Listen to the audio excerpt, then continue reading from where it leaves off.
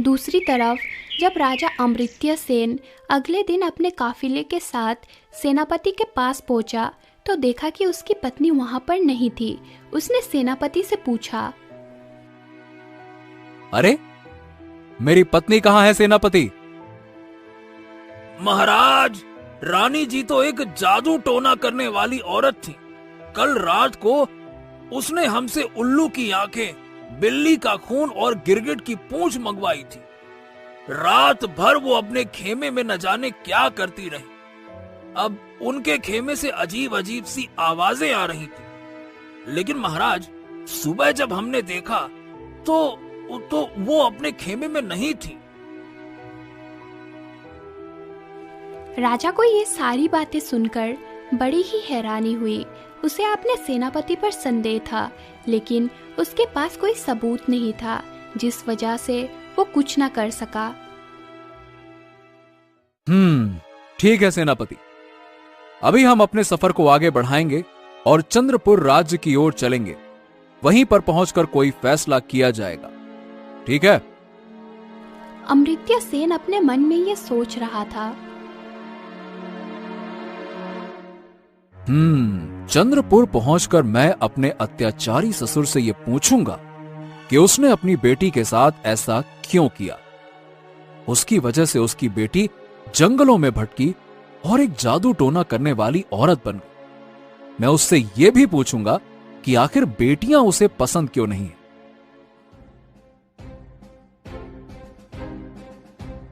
इसके बाद उनका काफिला आगे की ओर चल दिया और चंद्रपुर राज्य की ओर बढ़ चला। इधर राजकुमारी मछुआरों की बहन बनकर रहने लगी थी।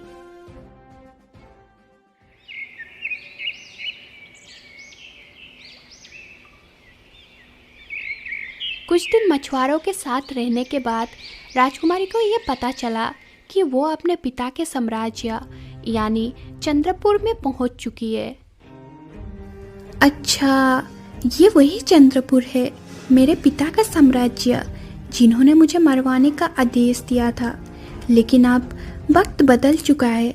शायद ये मेरे लिए अपनी पहचान छुपाकर एक नई शुरुआत करने का मौका है।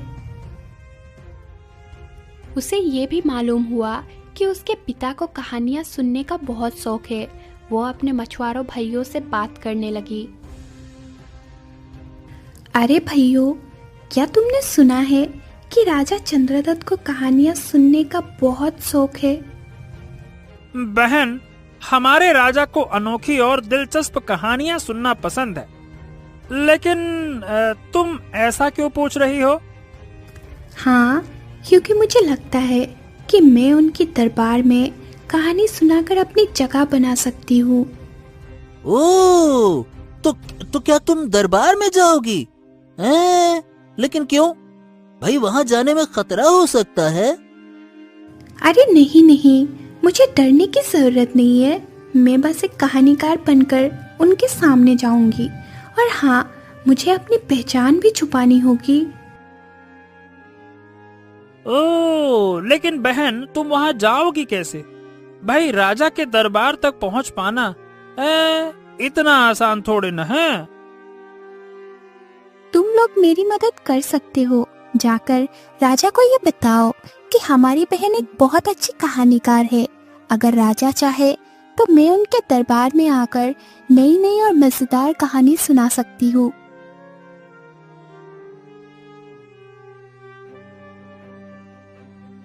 मछुआरे राजा चंद्रदत्त के दरबार में पहुंचे और कहने लगे, महाराज की जय हो, महाराज की जय हो। महाराज, हमारी एक बहन है जो बहुत ही अच्छी कहानीकार है। अगर आप चाहें तो वो रोज आपको कहानी सुना सकती है। ठीक है। अगर उसकी कहानी हमें पसंद आई तो उसे इनाम भी दिया जाएगा।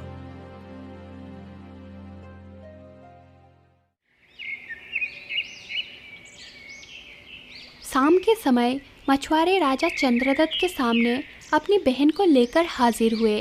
राजकुमारी ने अपना चेहरा दुपट्टे से ढक रखा था ताकि राजा उसे पहचान ना सके। तो ये वही कहानीकार है जिसके बारे में तुमने बताया था, क्या सच में ये इतनी अच्छी कहानियां सुना सकती है? हाँ महाराज, हमारी बहन बहुत अच्छी, बहुत अद्भुत कहानीकार है। इसकी कहानियां सुनने के बाद हर कोई मंत्रमुग्ध हो जाता है। चांदी के सिक्के देते।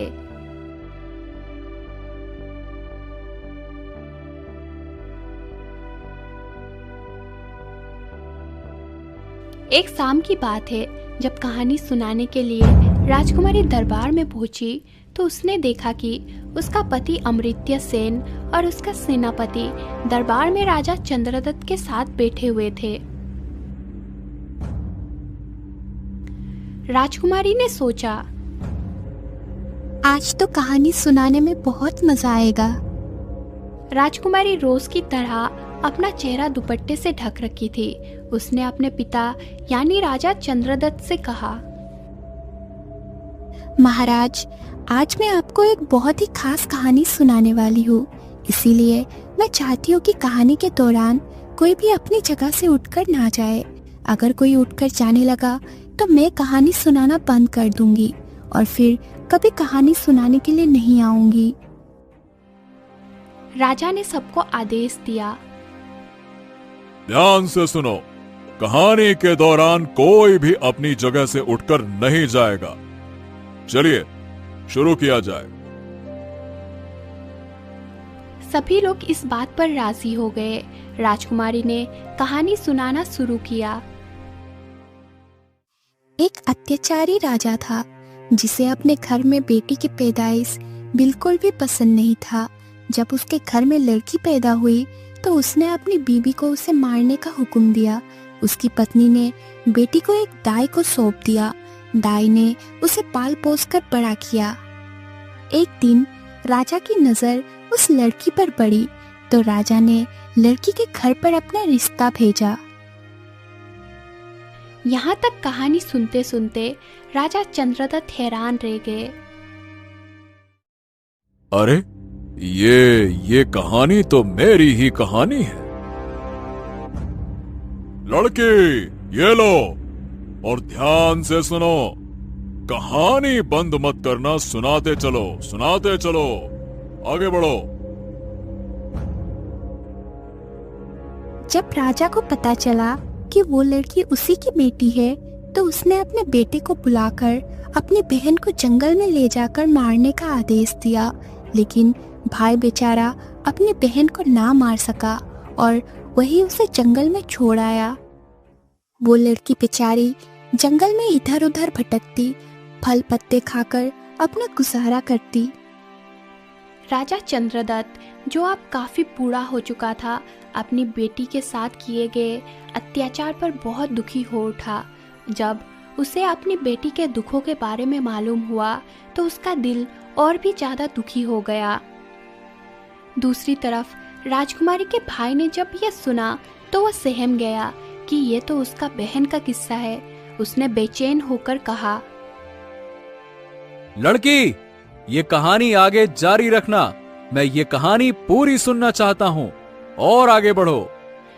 राजकुमारी ने कहानी को आगे जारी रखते हुए कहा, जंगल में दिन गुजारने के बाद एक दिन एक राजकुमार उस लड़की को मिल गया। वो उसके प्रेम में पड़ गया। राजकुमार उससे शादी करके अपने महल में ले आया। राजकुमारी के पति राजा अमृत्य सेन ने जब ये सुना तो वो समझ गया कि ये तो उसकी कहानी है। उसने भी तुरंत कहने लगा, लड़की, ये कहानी आगे जारी रखना। मैं ये कहानी पूरी सुनना चाहता हूँ। राजकुमारी ने आगे कहना शुरू किया। शादी के बाद राजा अपनी पत्नी को उसके पिता से मिलवाना चाहता था। उसने अपने सेनापति को आदेश दिया कि वो सेना की एक टुकड़ी के साथ रानी को लेकर चले। राजा खुद बाद में उसे रास्ते में मिलेगा। लेकिन रास्ते में जब पड़ाव डाला गया तो सेनापति की नीयत खराब हो गई। वो आधी रात के बाद उस लड़की के खेमे में घुस गया और उसके साथ जबरदस्ती करने लगा। लेकिन जैसे तैसे वो लड़की अपनी जान बचाकर वहां से भाग निकली। ये सुनकर वहां पर मौजूद सेनापति घबरा गया। उसे ये एहसास हो गया कि ये तो उसकी ही सच्चाई सबके सामने बताई जा रही है। वो तुरंत उठ खड़ा हुआ और कहने लगा, महाराज, मैं क्षमा चाहता हूँ। मुझे एक जरूरी काम से जल्दी जाना होगा। मुझे आज्ञा दीजिए, मैं जा रहा हूँ। अब तक राजा अमृत्य सेन सारी सच्चाई समझ चुका था।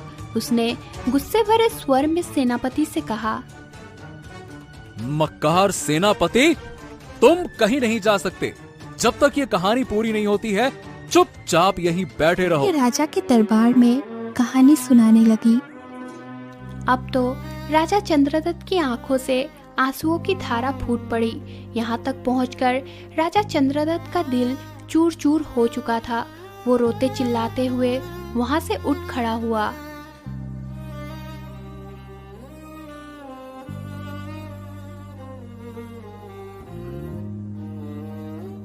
तभी राजकुमारी ने अपने चेहरे से दुपट्टा हटाया। वहीं पर बैठे हुए राजा अमृत्य सेन ने अपनी पत्नी को पहचान लिया। राजा चंद्रदत्त भी अब ये समझ चुका था कि ये लड़की उसी की बेटी है। अब एक बाप अपनी बेटी को पाकर और एक पति अपनी पत्नी को पाकर बहुत ही खुश थे। दोनों ने उसी समय सैनिकों को आदेश दिया, दुष्ट सेनापति को कारागार में डाल दिया जाए और उसे मृत्यु दंड देने की तैयारी की जाए। इसी वक्त ले जाओ इसे। चंद्रदत्त अपने किए हुए अत्याचारों के लिए बहुत ही शर्मिंदा था। हाँ बेटी, मैंने तुम्हारे साथ जो भी किया उसके लिए मेरे पास माफी मांगने के लिए भी शब्द नहीं है।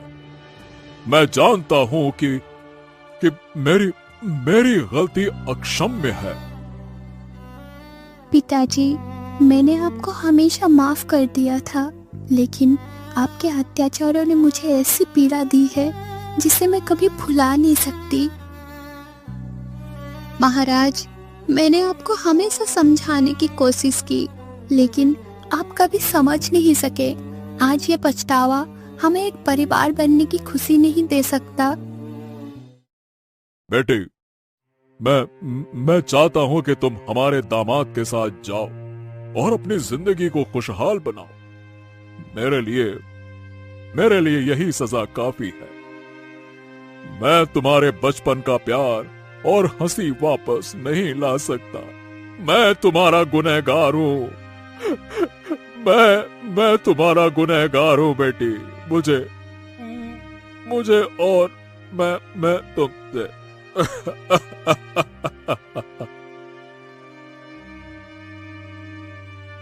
पिताजी, मैं आपकी बेटी हूँ। मैं आपको माफ कर सकती हूँ, क्योंकि आप